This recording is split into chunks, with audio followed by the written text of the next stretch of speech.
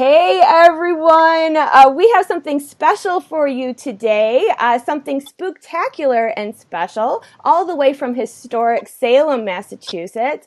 Not only is Salem the scene from one of our favorite Halloween movies, Hocus Pocus, which, of course, is my favorite. There's all kinds of other things that happen in Salem every fall. And they have a very immersive experience if you go visit Salem every October. They have haunted houses, demonstrations, costume contests, masquerade ball, Halloween shows, a Halloween parade. And we have some experts for you today to talk about all the fun things that happen in Salem every year. So I have my friend Brian. Hi, Brian. Hi. And this is Mo. Hi, Mo. Hi, everybody. And we are going to let them tell you all kinds of great things that are happening this year and pretty much almost every year in Salem. So, Brian, you want to take it away? Hi, everyone. Thanks for watching. If you love Halloween, the place to be is in Salem, Massachusetts. Everything starts the last week of September, goes all the way through the month of October, with October 31st being a big fireworks display. And as Michelle said, there's haunted houses, there's parades, there's seance demonstrations, there's a lot of walking tours in cemeteries and around historic neighborhoods. And it's just a lot of fun, guys. And you have to book a year in advance in order to, if you want to stay in Salem.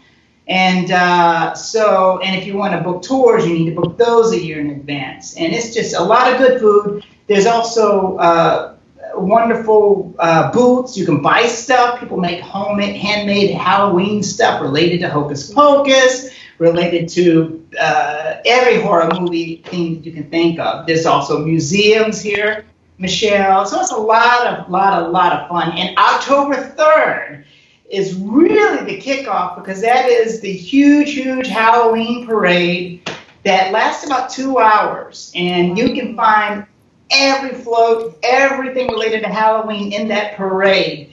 And it's a lot of fun. It's a lot of fun. And this year's theme is It's Our Future.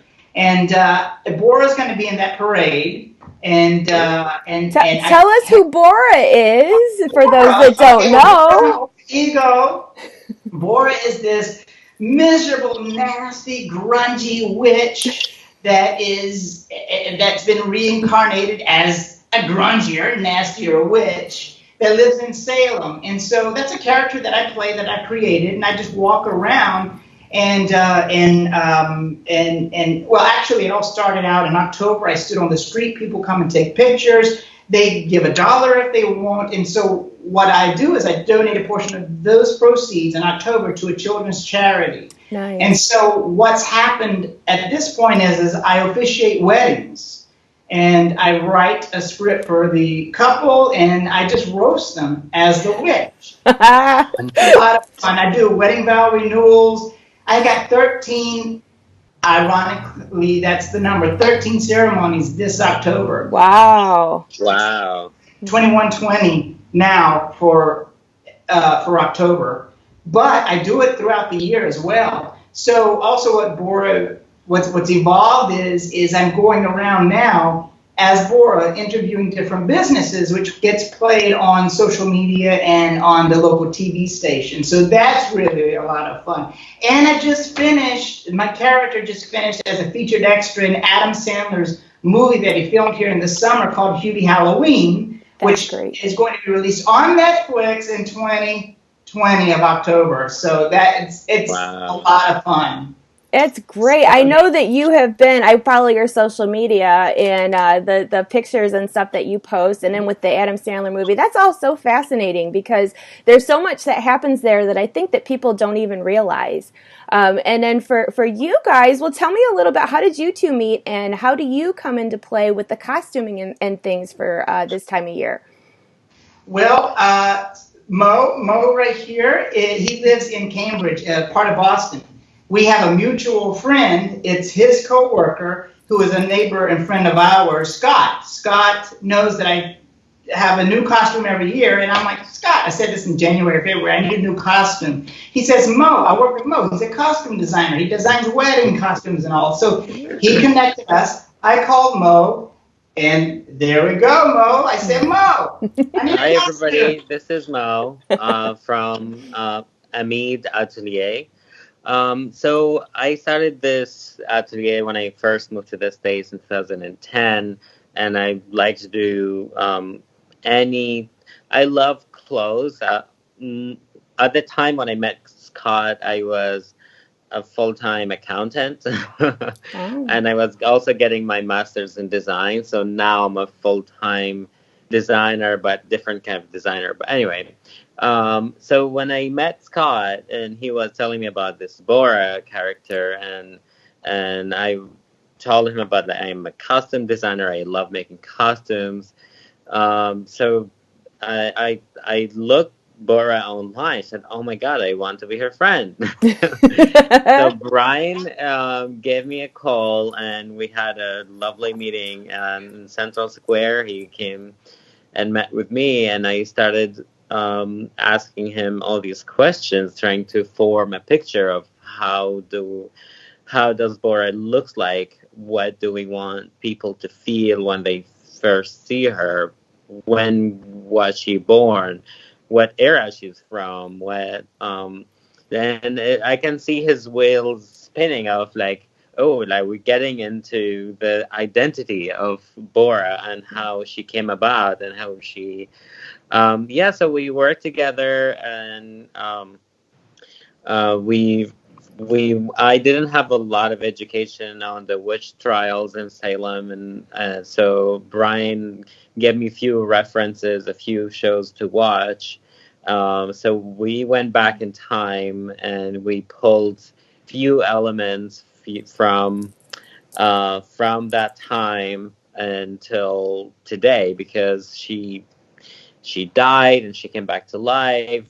We don't know if she actually died, but she was buried and came back. So she lived through this whole time. And so her look came through on this whole time until today, and so this one, so far we did one costume, and there's some more in the future. Yeah, we're working on a Christmas costume. Oh gosh. Yes, we got a Christmas costume in the making. Yeah. I'm very excited about that. But we'll reveal that when it's in Christmas time, hopefully. This guy blew my mind away. I thought that I had this character figured out, where it was born, where this character was born, and what it ate, and what it smelled like, and how it lived out in the woods. Because Borah would eat and kill and eat the animals, and wear its fur as its trophy. And so Mo took it a little bit farther. He said, okay, well, when was she born? And does she have family? And was she exiled after she came back to life? Was she exiled? And went so far as to made me watch. He said, you got to watch this movie. And it was about the 1700s with like a socialite with a chambermaid. The chambermaid is dressing the socialite. So there's like all these pieces that go together. And what do you call that hump thing for the buttocks? I forgot. I think like it's some kind of padding that goes is like it's to hold the petticoat to give the skirt that shape of pre 1900s shape, I would say.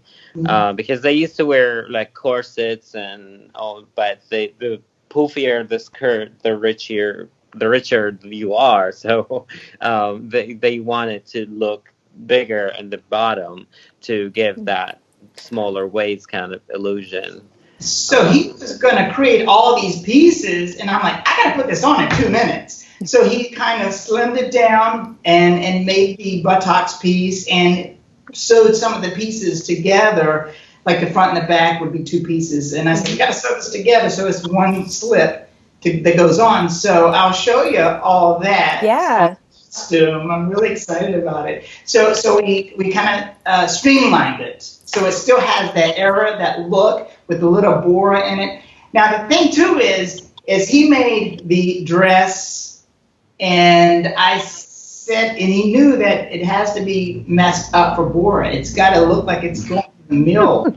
And so he gave me this beautiful dress, and I said, well, we gotta add patches to it. He said, I don't think we need to do patches. And then remember, I took the fur to his house. I took this box of fur. I said, we got to add fur to it. And so he reached into the box and pulled out one of these fur pieces that had these little fox feet on it. And he's like reaching in the pocket. He pulled out a little fox fur and he screamed. It was a lot of fun. So we've added some fur to it. It was a little stretch for me to work with real fur. It's I thought I can. But it was a challenge. So looking at these vintage furs that nobody have used in a very long time, it's also a challenge to work with that because it's not stored properly. We definitely don't want any animal cruelty, but that's part of Borah's story. Cruelty free. Oh, because stuff that I find at secondhand stores. So, and I am passion for animals. All of the fur's been dead for a very long time. So I think it's pretty fascinating that not only do you, create a character and the work that you do in Salem is that you guys fine-tuned this to like actual, history of the city to keep all of that together, which I didn't realize when I met you, Brian. I met Brian and I met Borah, and Borah is fabulous. Which we love her. I had no idea that so much thought and preparation and like the historic additions to that costume. So this is really fascinating to me as well. Well, the flow. You remember Winifred Sanderson? The flow of her costume, yes. The big sleeves and the waist and the upper part. We kind of incorporated that in this costume, so we tied this year's together with Hocus Pocus, with Winifred Sanderson. And no offense, but that's my favorite of the Sanderson sisters. I love them all. And it's funny with that movie as well. The movie's 26 years old this year, but it's so timeless. And I think that, they get new viewers on that every year. And the fact that you are incorporating that with your costumes and such, and, the fact that a lot of the movie, there's actually historic places that were used in the film. I think it's really cool how you're incorporating that with what you do as well. Well, I don't. It's very important. Yeah. Go ahead. No, go ahead, Mo. It's very important with costume design, it's very important to know the story because with a costume, within the first 10 seconds of seeing a person from their costume, you give hints of this story that you want to tell. Mm-hmm. Like anybody walking the street, from the way they dress, this is a doctor, this is what they, this is how you kind of imagine how their day looks like. Somebody's wearing a suit, somebody is wearing a wedding dress, the story for that whole day from the first second you see her. So I think costume has a huge power of storytelling. Mm-hmm. It's non-verbal, it's just completely visual. And I think that knowing that backstory, what you want to reflect with the costume, is very important. Oh, I fully agree. Now, Brian, do you want to show us some things? I see that. Yes. Let's see what you got. I think Mo's got to go in a little bit in a few minutes, so I want to show him. He hasn't seen the costume. I haven't seen it. He has not seen manipulated and changed. So this is exciting. I hope you like it. Now I'm going to try to turn this a little bit so we can see it. Okay. So here it is here. This is it. This is the sleeves. Oh, it is like Winifred Sanderson. Look at Mo. Sorry, Mo. It's good. It's good. Good. All right. So this is what he did. He did the strings, the frill. What do you call that, Mo? Fringe. But it was fringe. And so the fabric was buckle. threaded. Yeah. So, and then here's the fur around the neck. Do I need to bring it closer? If you want to put No, it no, up, I think it's I fine. can see. We can see. So a little bit of patches on the skirt there. And so, let me see. And here's the back. The back is. Oh, Oh. nice. That's so cool. Thank you. And then and it drags the floor. So it has this long train Oh, wow. that drags the floor. And it's all linen. They got some cheesecloth that I added. Sorry, Mo. More No, fur. it Sorry, looks Mo. really good. It More looks really good. patches. Sorry, Mo. And this No, I back have to there. apologize. More patches. Sorry, Mo. Mo's gonna kill me. No, they look actually a lot better than I thought they would. Huh? It looks a lot better than I thought it would. Thank God. I I'm passed. so excited. I can't wait I passed, to see it Michelle. on. Yay! Now, the jacket alone weighs about 10 pounds. Wow. Yeah, it weighs about 10 pounds. It's like a rug. It's like a rug. So this piece was 2 pieces. It was a front and a back. You can see where it ties here. And so that's where he sewed it together, so it's easier. Okay. And then the lift part is here. Oh, wow. So that lifts it up. So I think they'll be able to see this later on, right? Right? Yeah. But I don't want to steal your thunder, Michelle. No. But then these are last year's costumes here. Right here's last year's costume. This was a steampunk costume. Oh, that's cool. I love that. Do I need to bring the camera closer? Yeah, maybe a pinch. Okay. Yeah. So let's see. Let's see. There we go. So there, steampunk costume there. That was actually 2 years ago. Okay. And then this was last year's, and it's got fur there, and so that's it. And then I have like 2 or 3 more. That how's that? Is that okay? Lovely. Lovely. We Very can see you and your costume. So that's it. Do I need to put the costume back together? Oh no. No, you're it's okay. It's not in the frame. Okay. No, you're It's not in good. the frame, so it's fine. So that's the costume there. That's And so I can see exciting. your I cannot pictures wait to see it on. I'm sorry? I cannot wait to see it on Borah. It really is. Really I can't wait to see on. how you're gonna match with it. Oh, it's really powerful on. Oh, Yeah. new shoes this year. Oh gosh, the Oh shoes. yes. Ah, nice. Yeah, I saw these. Oh my god, that is so beautiful. I gotta have them stretched. Those are some great shoes. Those are great shoes. They are great shoes. So that's it, right? Okay. That's wonderful. So if any of your viewers want to learn more about Salem, they can go to salem.org, and if any of your viewers want to learn more about Salem, they can go to salem.org, and to learn all about the Halloween happenings here in Salem, they can just Google Haunted Happenings Magazine or hauntedhappeningssalem.com. But if they just Google Haunted Happenings Magazine, it tells them everything to do, dates, times, pictures. It is a great resource. And if you send them a message on Facebook and Instagram, you can find them on Facebook and Instagram, send them a message and they'll send you a free magazine. Oh, nice. Now their magazine's been around, their magazine's been around for years, and it's a collector's magazine, so people collect these magazines. They're brilliant.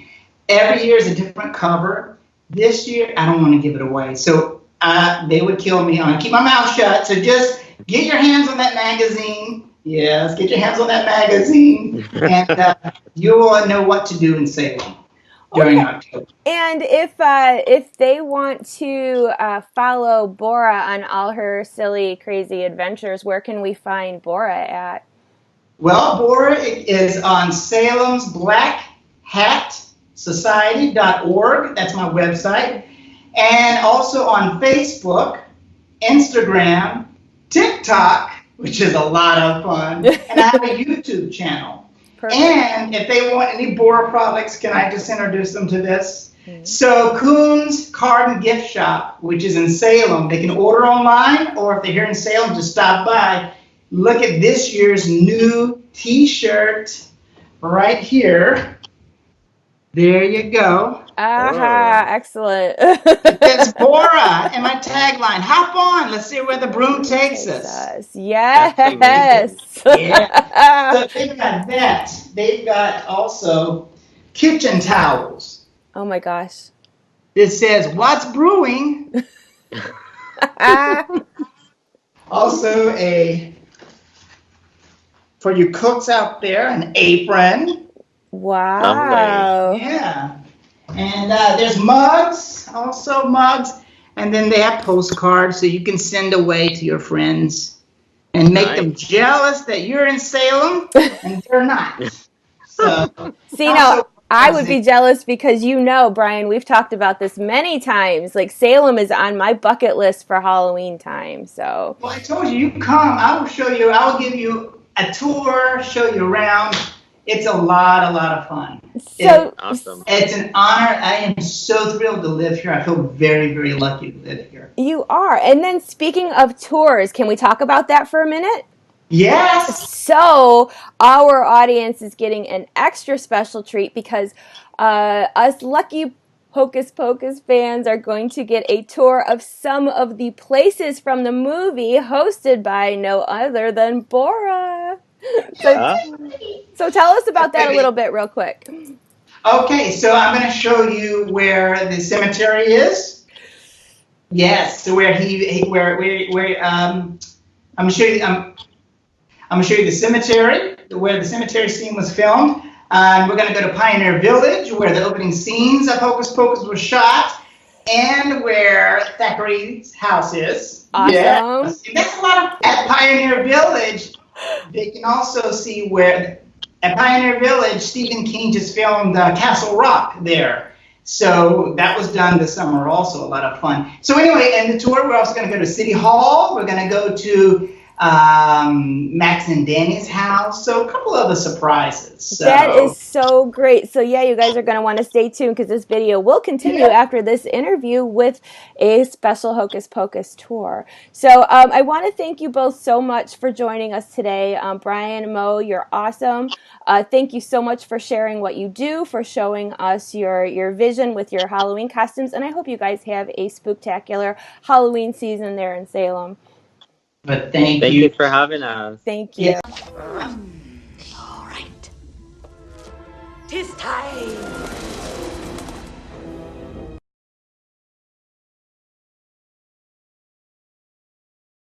Welcome to 98 West Avenue, Pioneer Village. Right behind me is where the opening scenes of Hocus Pocus were filmed.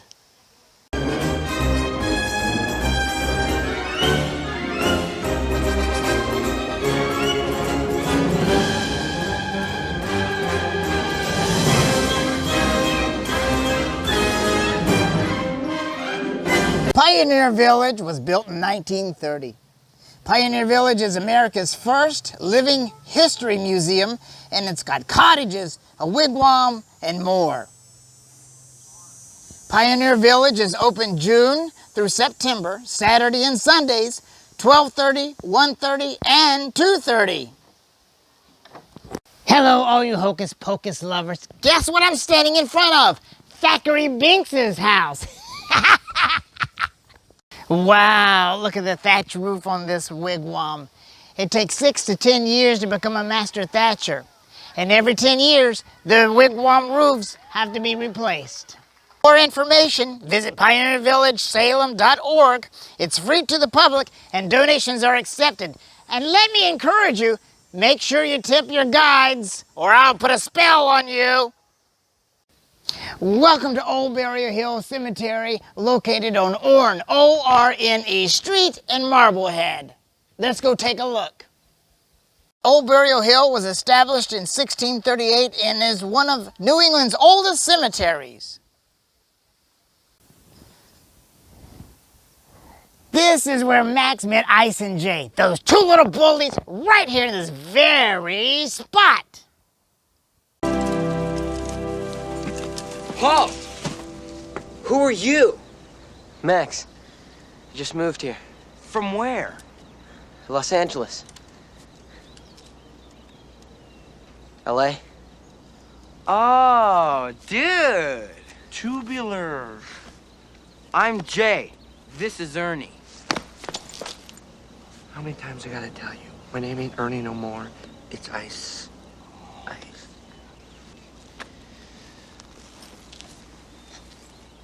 This is Ice. Here at Old Burial Hill Cemetery, there are about 600 Revolutionary soldiers buried here. Two other notable burials are Wilmot Reed, a Salem witch trial victim, and General John Gloves, a Revolutionary War general.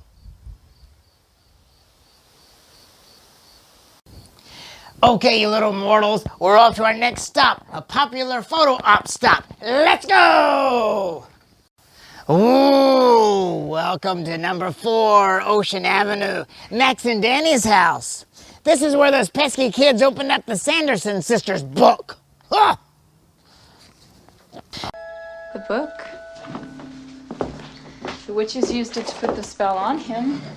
Maybe there's a way in here to take it off. I don't know. Binks told us not to open it. Well, the witches are dead. What harm could it do?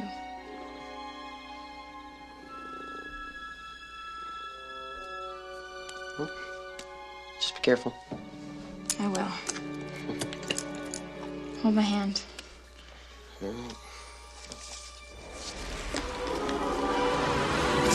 Nothing weird so far.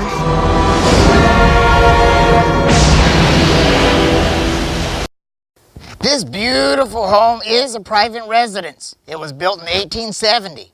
The owners here are friendly, but if you visit, please respect their property. And look, it overlooks the ocean.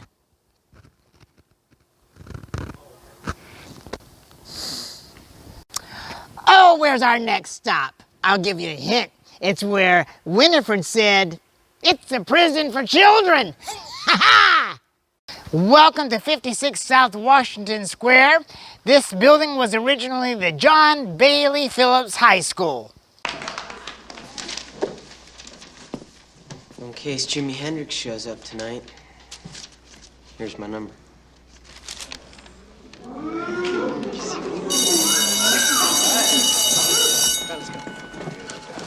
Hey, wait up. Call you? Yeah. What's that? Max, fat chance.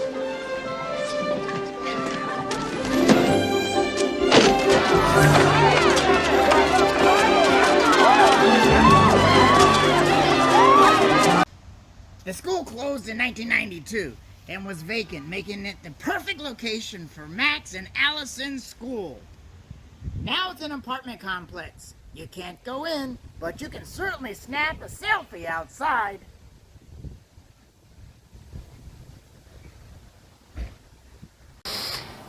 And right across from the high school is the Salem Common. And a lot of the scenes in Hocus Pocus were filmed right here in the Salem Common. Take a look around.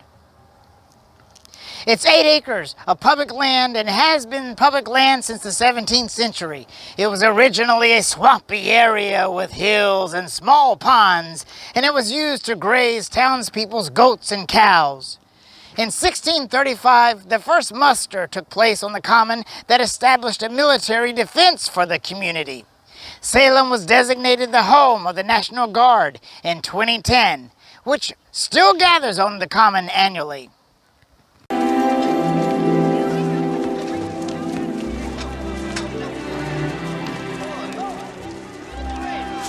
Allison.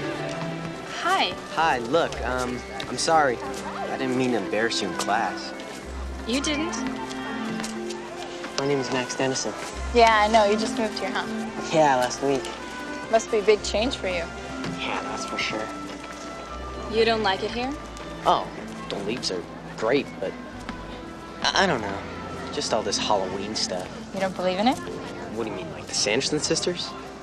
No way. Not even on Halloween? Especially not on Halloween. Trick or treat?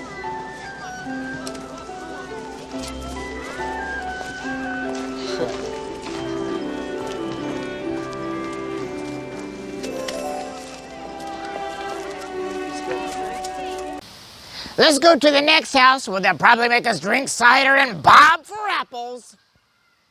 Welcome to Rope's Mansion, located at 318 Essex Street. This is the exterior location of Allison's house and where Max showed up at the Halloween party. Let's take a look, shall we? Wow. Check out this house. Huh. Rich people. They'll probably make us drink cider and bob for apples.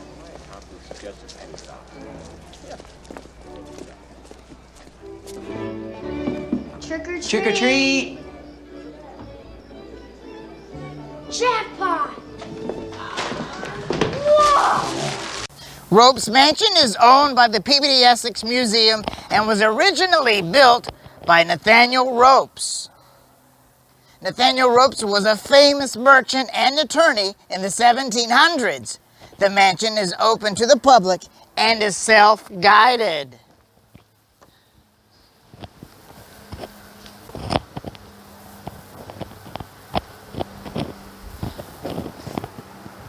Oh, you little witches probably don't know this. There's a little secret behind Rope's Mansion. It's an English garden. So let's go take a look.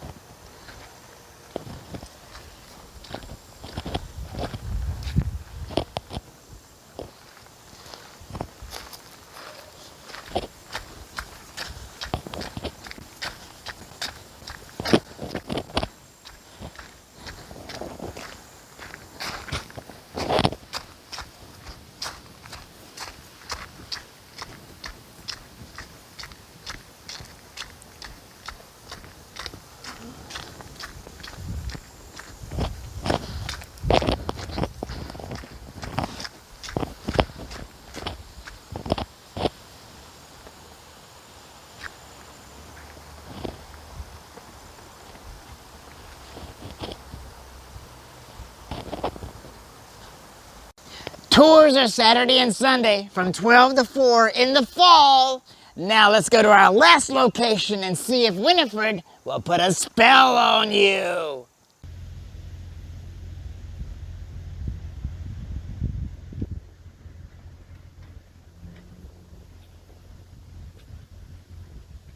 Oh, guess where I am? Old Town Hall, located at 161 Essex Street. This is where Hocus Pocus filmed the Halloween party, where Bette Midler sang, "I'll put a spell on you." I put a spell on you. And now you're mine. You can't stop the things I do. I ain't lying. No! Don't listen to them! Been 300 years, right down to the day. Now the witch is back, and there's hell to pay. I put a spell on you. Good joke. Happy Halloween. Thanks a lot. No, man, I'm And serious. now- You got your head. I'm not kidding. All right. Yeah,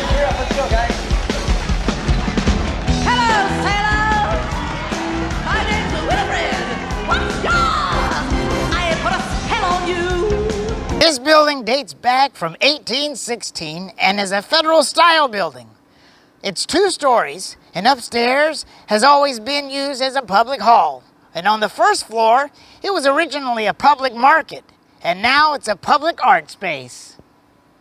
Well, this concludes our Hocus Pocus walking tour right here in Salem. For more information and things to do in Salem, check out salem.org. And for all the Halloween happenings right here in Salem, check out hauntedhappeningssalem.com. That's hauntedhappeningssalem.com and salem.org.